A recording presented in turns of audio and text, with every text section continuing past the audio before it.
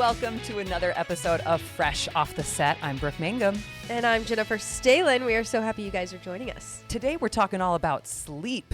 Stephanie Lobrot's going to be joining us, and she's going to be breaking things down because she works with people that suffer from insomnia, and she's going to be teaching us some new facts and things that we can do to get better sleep. But I've got to ask you, Jen, because I actually get tired just watching your Instagram stories. My gosh. Are you sleeping at all? No, not really. I tell everyone I microdose sleep, so I could probably learn some tips from her. You're always going a million miles per minute. Like, you're on airplanes, you're over here, you're over that. So do you have any tips or ways that you do regulate your sleep? Because I feel like you're always either on an airplane, in an arena, or you're here on camera. I think it's your nighttime routines to really, when you're on that adrenaline high, to bring it down. Also, breathing techniques. I've really focused on my breathing right before I go to sleep, and it helps bring down my cardiac rhythm and really just dive into a deep sleep. Okay, so here's the thing that you learn when you have kids, right? Is that they make it so that you can't sleep, but they wear you out so much that all you want to do is sleep. It's the catch-22. Oh, great. That's in my future. I can't wait. That's it. I now go to bed at I think I registered 9:22 last night. Wow, I'm jealous. 9:22. Really Woke up at 6:50. Strong numbers coming in from over here. I might need tips from you. You don't want that. Trust me. You can borrow my kids, though. They'll wear you out enough to sleep. Perfect. I love it. Give you a day off. It'll be fun. How about we talk to the real expert here and give that a listen? Let's do it.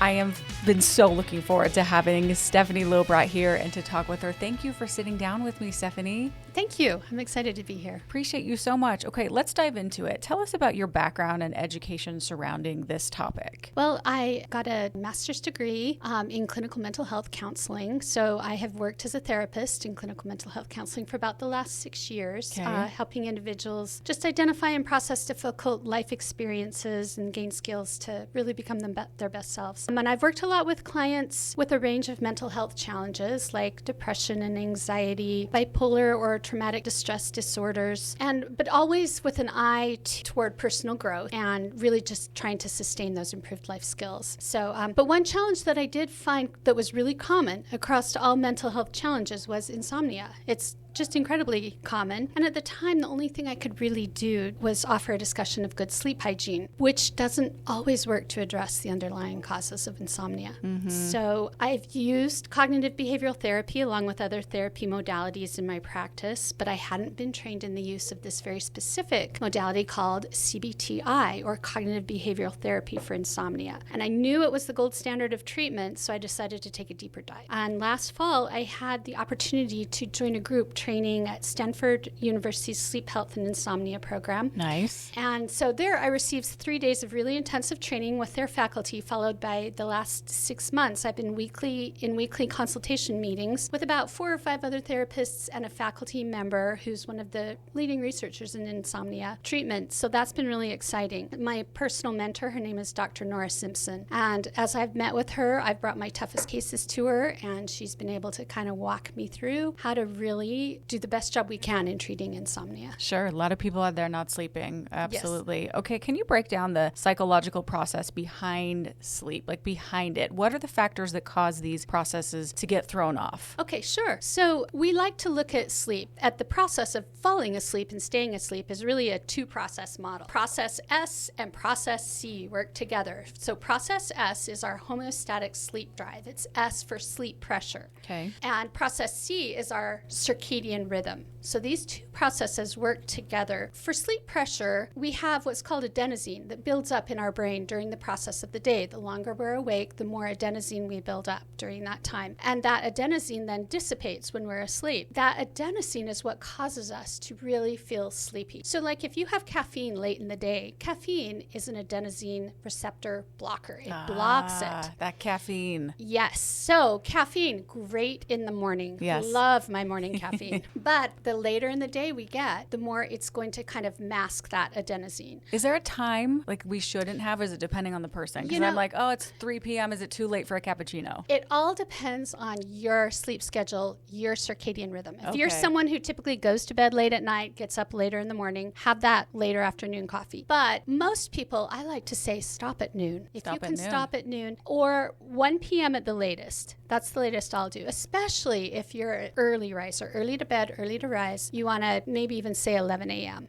For that last cup of coffee. Now, I don't try to cut out all caffeine. In fact, have the amount you normally have. Whatever it takes you to get going in the day, take that. But just know that it's going to take several hours for that to stop activating, stop working as an adenosine receptor blocker. So what we want to do is build up sleep pressure. The other way we build up sleep pressure is simply by staying awake. That is going to build up in our brain as we stay awake. So if you take a late afternoon nap, that is going to kind of drop that sleep pressure. You will not be quite as likely to fall asleep as easily in the night. You won't be as likely to go straight into that deep sleep in the night either. So sometimes if you want a power nap, maybe earlier in the day is better. Shorter is better. So that's kind of the process. C is your circadian rhythm. And this represents your internal 24-hour biological clock. And this is managed by the suprachiasmatic nuclei. So that is a very long word. It is a long word for a very teeny tiny area, a little teeny tiny paired region within the hypothalamus of our brain that acts, this is our master circadian pacemaker in all mammals, and it regulates that 24-hour rhythm, so which includes your sleep and wake cycles. So that little area of our brain receives light information, what's going on in day and night, from the retina of our eye. That light goes clear back into that part of the brain. So in other words, this suprachiasmatic nuclei regulates alertness and sleepiness depending on day and night, typically promoting wakefulness during the day, sleepiness at night, independent of how much sleep you've had. So if you've not had a great amount of sleep, this is a good example of jet lag. You may have been up for 24 hours, and when you change time zones, you go to sleep exhausted because you've built up all that sleep pressure, right? There's so much sleep pressure built up. And then crazy, you wake up 3 hours later, and you're like, what? I was exhausted. This often happens. Why am I waking up? Yeah, why am I waking up when I've slept 3 hours in a different time zone? That's because your circadian rhythm has not adjusted yet. Okay, so your circadian rhythm alerts you. What it does in the morning, your temperature is going to start to rise. Your cortisol is going to start to rise. Different hormones are going to start to rise to help you wake up and be ready to face the day. At night, your circadian rhythm is going to bring down your temperature. It's going to bring down that cortisol so that you can relax. So if that's kind of off, like maybe you're in a different time zone, it's sending you those alerting signals way too early. Does that kind of make sense? Yes. Okay, so these physiological changes that are happening in our body might be a little bit off. So sleep, it is an interaction between this process S, this sleep pressure, and this process C, or circadian rhythm. The timing of sleep is determined by the intersection of these two processes. And usually when they're in sync, it leads to a long bout of nocturnal sleep. But insomnia arises when these processes are disturbed. Either we haven't had a sufficient buildup in sleep pressure, or maybe our circadian rhythm is just a little off for one reason or another. So that's kind of the idea of how that process of falling asleep and staying asleep works. There's so much behind it. It really is. You think it's just like, oh, you didn't get enough awake time, but there really is so much science behind it. What is cognitive behavioral therapy? You mentioned it a little bit in the beginning. Yes. CBT. So cognitive behavior therapy, and I'm not even going to start with insomnia first, just cognitive behavior therapy. This is a therapy that evolved in the 60s and 70s from a need to provide more structured, evidence-based alternatives to psychoanalysis. So it emerged from kind of this cognitive revolution focusing on recognizing changing negative or unhelpful automatic thoughts and the resulting emotions and behaviors that come with those thoughts. So I like to think of this process as a triangle. So at the top of our triangle, we have thoughts about ourselves, thoughts about the world that can come and go really quickly and are very well-worn paths in our brain. We're often not even entirely aware of these thoughts. So they're often just below the surface of our consciousness. And they're called automatic thoughts. And they might have some basis in truth. There's reasons we have them, but they are often exaggerated or catastrophized to the point that they become unhelpful. And the irony is that our brain is trying to protect us. Our brain often goes to the worst possible scenario in order to protect us from the worst possible scenario. But then what feelings does that create? What do you find that creates when you go to the worst possible scenario if you're worrying about something? Anxiety or nervousness and all the things you don't want. Yep, panic, sometimes even hopelessness. These are super uncomfortable. So then we'll pick up these behaviors to try to get out of the discomfort. And sometimes those behaviors we pick up become maladaptive. So, for example, if you were at work and you had this idea, well, I can't share my idea in this meeting because it'll come out wrong. I'm afraid it might not make sense. And then people will judge. Someone might even laugh. And I will feel so embarrassed. So avoiding those feelings, what are you going to do? You don't share your idea or maybe any other ideas because this fear starts to kick in. But instead of having the intended consequence, your manager and coworkers might start to notice more of a lack of participation. So if this pattern keeps happening unchecked, maybe you stop speaking in other situations, maybe even around friends and family, or maybe you start to doubt your ability to make any sort of contribution. And that fear of rejection or fear of embarrassment grows. So the important thing is with CBT, we recognize and adapt these beliefs to more helpful ones. So this might include finding that thought, catching that thought, challenging that thought, putting that thought on trial. How much evidence do I have to support this? But also how much evidence do I have that it's not entirely true? Or it might be accepting the idea that my ideas have value and finding evidence for that. So that's a more helpful thought. So this is an example of cognitive behavioral therapy being used for just one particular thought. There are myriad thoughts that can be unhelpful that we can learn to challenge and reframe. So cognitive behavioral therapy for insomnia. Yes. I was going to ask how it's useful for insomnia. Yeah, so let's talk about that. Okay, so this came later. This is actually a very structured program. Helps you to your brain and body to relearn how to sleep by identifying thoughts and behaviors that can cause or contribute to sleep issues. So we usually do this, I like to think of it as a three-legged stool, a three-prong approach. The first leg is cognitive restructuring, which I kind of talked about with CBT. So you're restructuring the processes where we work to identify the unhelpful thoughts and reframe them. So, for example, someone might have the belief, if I don't get at least 7 hours of sleep, I will perform horribly at my job. And therefore, if I consistently get less than 7 hours of sleep, I'm going to lose. So it's very easy to catastrophize like this, especially in the middle of the night. Sure. When we're not preoccupied. So we'll challenge this thought, perhaps recognizing all the times a person did get less than 7 hours and performed okay at work. This tends to be something I especially see with perfectionistic people or high achievers. If I'm not perfect or at least outstanding, then I'm not okay. And so working on that sense, recognizing you might not be firing on all engines if you have less than 7 hours, but you're still okay, and okay is good enough. Yeah. So that's one of the things. So the second leg of the stool is stimulus control. And did you learn about Pavlov's dog in school? Do you remember that? I'm familiar with it, but I don't remember exactly what it is. So the dog learns to associate the sound of a bell with food. And the way he learns it, they ring this bell, and every time they ring the bell, the dog gets food. So normally a dog doesn't salivate at the sound of food, right? When you introduce this stimulus control, they've learned they're going to get food. So that's the classic example of stimulus control and conditioning. What we need to do with the stimulus control with CBTI is strengthen the association between the bed and sleep, and weaken the association with wakefulness and frustration and the bed. So this is kind of another psychological training, and it involves setting fairly strict rules, like you're only going to go to bed when you're sleepy. You're only going to use the bed for sleep and intimacy. And you're only going to get out of bed if you cannot fall asleep within 20 minutes. Then you get out of bed. You don't stay in there and reinforce to your brain, this is where I toss, this is where I turn. Okay, that makes sense. Okay. This is where I ruminate. Yeah. I like to have my clients set up what I call a marination station, a cozy chair somewhere, preferably out of the bedroom, but it can't even be in the bedroom, where you're going to go and sit and maybe read a kind of boring book. You're going to be comfortable, maybe knit, do something relaxing but not overly stimulating. Okay. And then you don't climb back in bed again until you feel sleep. And we want to avoid doing things like that we usually often do, like scroll in bed, watch TV in bed, have a snack. All of those are alerting our brain and training it that we do wakeful things in bed. Yeah. So these are contributors to CBTI. And then the final step, and I don't know if you want me to get into this, is it's sleep compression. And this is where we get this is a really highly individualized sleep schedule that I'll work one-on-one with a client on. The whole idea behind this, I don't even have to do this with but we're going to compress the window of opportunity opportunity for you to sleep in the beginning, kind of like an accordion. If you press an accordion in, where does it have to go once it's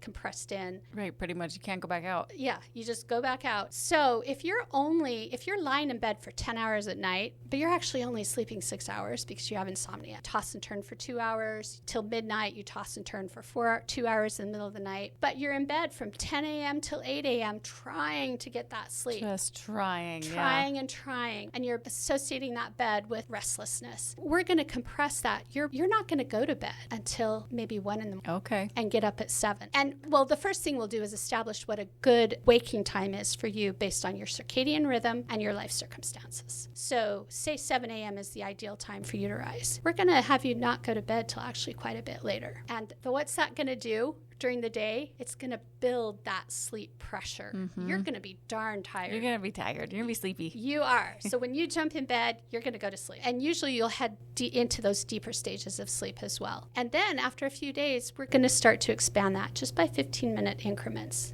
And it's going to get larger and larger until you are sleeping 8 hours in your bed. That makes sense. You go to bed a little earlier each night by 15 minutes. That's a small amount, but that I'm sure helps over time. It does. It does. And during that time, you've retrained your brain. When I go to bed, I fall asleep. It's bedtime. Yeah, it's bedtime. And so, but this is highly individualized.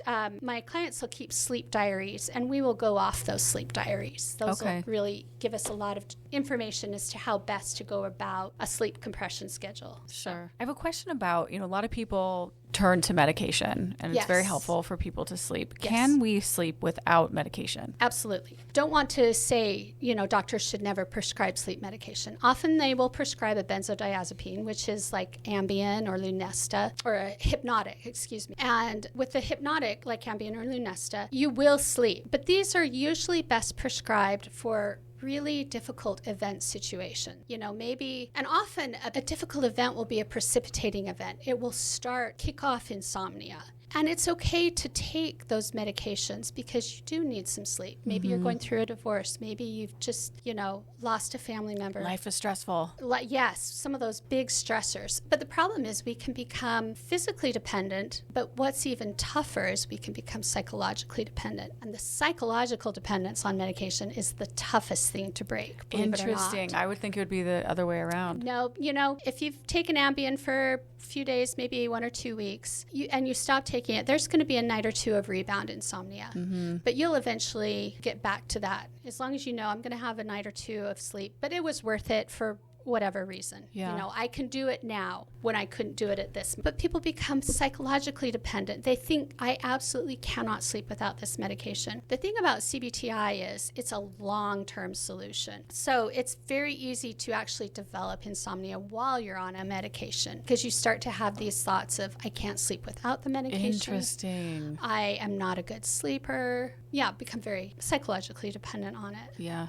we're worried to not have it. Well, what are some ways beyond sleep hygiene to achieve better sleep? I'm glad you asked this. Sleep hygiene, we all know sleep hygiene, right? We've heard this. Sleep hygiene is very important, and it's very helpful for healthy sleepers. These are people who maybe don't go to bed as soon as they should, knowing they should. So they're not getting enough sleep because they're putting it off. But for people with insomnia, sometimes sleep hygiene actually causes more anxiety. Can you describe what sleep hygiene is, too? If people are listening and they're like, wait, I don't know what this is. Okay, so sleep hygiene is things like make sure your room is cool. I like the mid-60s. I do, too. I like it cold. Yes, cold. Make sure it's dark. Cover any little light sources. Get an eye mask if you need to. Okay. Don't eat a heavy meal before bed. Don't drink alcohol before bed. Those things will interrupt your sleep. Doing things that are alerting. There used to be a lot of talk about blue light before bed. I think it's not so much the blue light from screens, but it's the arousing material that we're looking at on screens. We're looking at social media. The scroll itself. Yes. Yeah. So those kinds of things, cutting those kinds of things out in the evening, doing something relaxing, just kind of relaxing, having a nice bedtime routine, maybe taking a bath before bed. That can be really helpful. I love that. Well, when you get out of the tub, your body temperature drops, and that's part of falling asleep, is that having that drop in body temperature. So we need to be cold. It's so interesting. Yeah. When I wake up hot, and that's why you're waking up, maybe is your body is just overheating. Well, your body temperature naturally will start to rise, usually early morning hours, because it has to. That's part of the alerting process of waking you back up. up. But when that happens in the middle of the night, it's not so great. A lot of times people say, but if I'm cold, my feet are cold, I can't sleep. Socks are great. Okay. Have everything else cool. Use a cool comforter. Use a cotton blanket. Just keep your feet toasty with socks. Okay. So those are some sleep hygiene things. Now, often people with insomnia, they get so overly focused on sleep hygiene that it becomes this rigid ritual. An example I like to use, some people if I compare their sleep to a crystal bowl or a Tupperware bowl. So the crystal bowl is this beautiful, perfect bowl, and I'm going to follow every sleep hygiene thing just right, and my sleep will be beautiful. It's also fragile. You know, if we think of sleep that way, if we think of it as the Tupperware bowl, I mean, a Tupperware bowl is tough. It's not beautiful. It's probably stained by tomato sauce, right? You drop it, it's not going to break. So really, sleep hygiene is great for people who are healthy sleepers, but if you really zone in too much on fear around having a perfect sleep, let's go for that Tupperware bowl. Let's go for less than perfect. It'll be okay. Okay, that makes sense. Okay, so hopefully we can get a good sleep hygiene situation going for us. But if we need to turn to CBT for help with insomnia, is that a good long-term approach or is it more short-term? CBT is absolutely the long-term approach. And this is what the research will show. Medication is a great short-term approach, but it is not a good long-term approach. The reason CBTI is a good long-term approach is because what it's going to do, it's going to give you the tools to know how to recognize when you are perhaps having some of these cognitive distortions around sleep. It's going to give you the tools to know not to stay lying in bed. You might even have the tools to know, hey, I might need to do a little sleep compression. It's going to give you the tools because these precipitating events that will kick off insomnia, those are part of life. Those are going to happen. And if they happen again, you don't need to go grab the sleep medication. You know what to do. You have the tools. Hopefully you won't even need to call your CBTI therapist, but yes. you can always pop back in. You know what I mean? For a refresher. But with CBTI, you've learned how to retrain your body to sleep. Sure. So it's a long-term solution. How do we know if CBTI is good for us? Like, how would we know if we're a good candidate for that approach? I would say CBTI is I would say almost everybody is a good candidate. Okay. If you have bipolar disorder, there's some aspects of CBTI we have to be careful with. The sleep compression, we're not going to maybe tackle that, or that needs to be done very carefully because when you take away sleep, you can trigger mania. Some other common sleep conditions that come along with insomnia might be obstructive sleep apnea or restless legs or periodic I had restless legs when I was pregnant. It's horrible. It's really tough, isn't it? Yeah. And so it'll kick off this temporary insomnia, but then we tend to perpetuate it with some of these other behaviors. So getting first with people with these things, I'll make sure that they are seeing a doctor and getting these things treated through their doctor. And then very often people will get the restless legs treated, often through medication, or they'll get their CPAP but they still have symptoms of insomnia. They still have to retrain their brain to get out of some of those maladaptive behaviors. Okay, that makes sense. And when we think about sleep affecting our overall health, we know that it's good for us, right? That we need sleep to feel better, to, mentally, physically, but why does it affect our overall health so much? Well, again, I will tell you, when I'm working with people with insomnia, I don't like to get too much into this because it tends to trip off arousal. It tends to trip off fear. So we know that it affects our ability to stay alert. We know it affects our immune system, right? We're going to be able to fight off illness. We're going to be more clear and have more clarity, better mental health. But I don't like to get too much into that. Often people who have insomnia know these things. They know it well, and they fear it. So again, I don't focus so much on what are going to be bad aspects of not getting enough sleep. We're just going to focus on your body knows how to sleep. We're just going to retrain it. Yeah. You got this. Yeah, exactly. How would we know what kind of therapy is right for us? In terms of CBT for insomnia? Yeah. Well, if you have insomnia, CBT is the gold standard. There's been a lot of research by Harvard, Stanford, UMass. It has been listed as the gold standard of treatment by the College of Physicians. So it is considered the gold standard of treatment. So it really is the only psychological treatment out there for insomnia, but it has been really proven with a lot of evidence-backed research. Would we want to try to get good sleep hygiene going, all those things first before we approach CBTI? Yes. So we do the good sleep hygiene, and we even want to start with a regular wake-up time. Okay. Okay, so we're not going to climb into bed until we're sleepy, but we are consistently going to wake up at the same time every day, even on the weekends. Those are going to be the first things you're going to try before you jump into CBTI. Okay. Tell us about your personal practice. What services do you provide? Well, I provide therapy for a range of things. I mean, I still work with depression, with anxiety, with all those common mental health challenges, even just difficult life transitions, and just personal growth. But I jumped into insomnia treatment. I got this specialized treatment in insomnia because there are so few therapists that do it. My brother's a primary care physician, and he said to me, I have so many people coming to me with insomnia, and all I can do is prescribe medication. I know this is the gold standard treatment, and I don't know anyone who does it. So I at that point, I thought, here is an area that needs some focus. So I kind of jumped into it that way. So yeah, I'll have a specialty in treating insomnia, but I'll treat all the mental health challenges. Okay. I love that so much. And there are so many people struggling with sleep. So I'm glad we talked about this today. I wish we could talk about it more because there's so many levels, but that's why they should make an appointment with you so you can go over options with them. Is that the best thing to do, is just start with like a consult? Yes. I do a free 15-minute phone consultation so that we can figure out if this is a good fit for you. Yeah. So I'll do a free 15-minute phone consultation, and people can just find me at www.goodsleeptherapy.com. Okay. Stephanie, the sleep whisperer. I love it. Helping us feel better and get better sleep. Stephanie, thank you so much for joining me today. Appreciate you so much. Oh, thank you for letting me join you. Thank you. And thank you for listening to another episode of Fresh Off the Set. Please rate, review, and subscribe, and we will see you next week.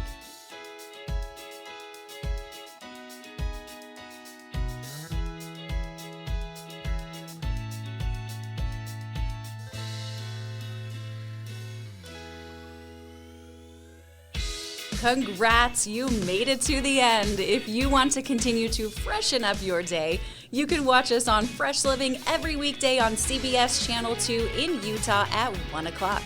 You can also watch us on our YouTube channel, KUTV Fresh Living, and follow us on social media. We will see you next week.